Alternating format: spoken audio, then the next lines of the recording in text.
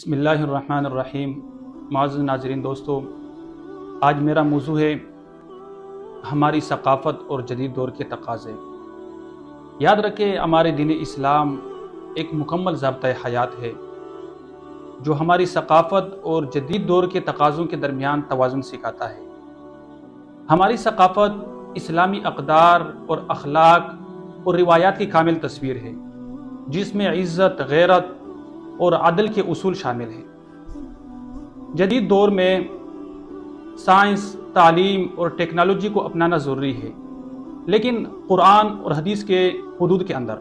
اللہ رب العزت قرآن کریم میں فرماتے ہیں، ان اکرمکم عند اللہ اتقاکم، کہ تم میں سے سب سے زیادہ معزز وہ شخص ہے جو تم میں سے سب سے زیادہ پرہیزگار ہو۔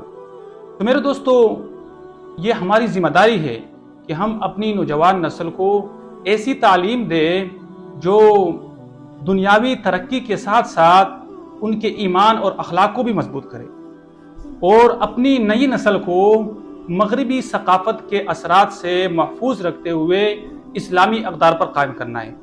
اللہ رب العزت سے دعا ہے کہ اللہ رب العزت اپنی ثقافت کو بچاتے ہوئے ترقی کرنے کی توفیق عطا فرمائے۔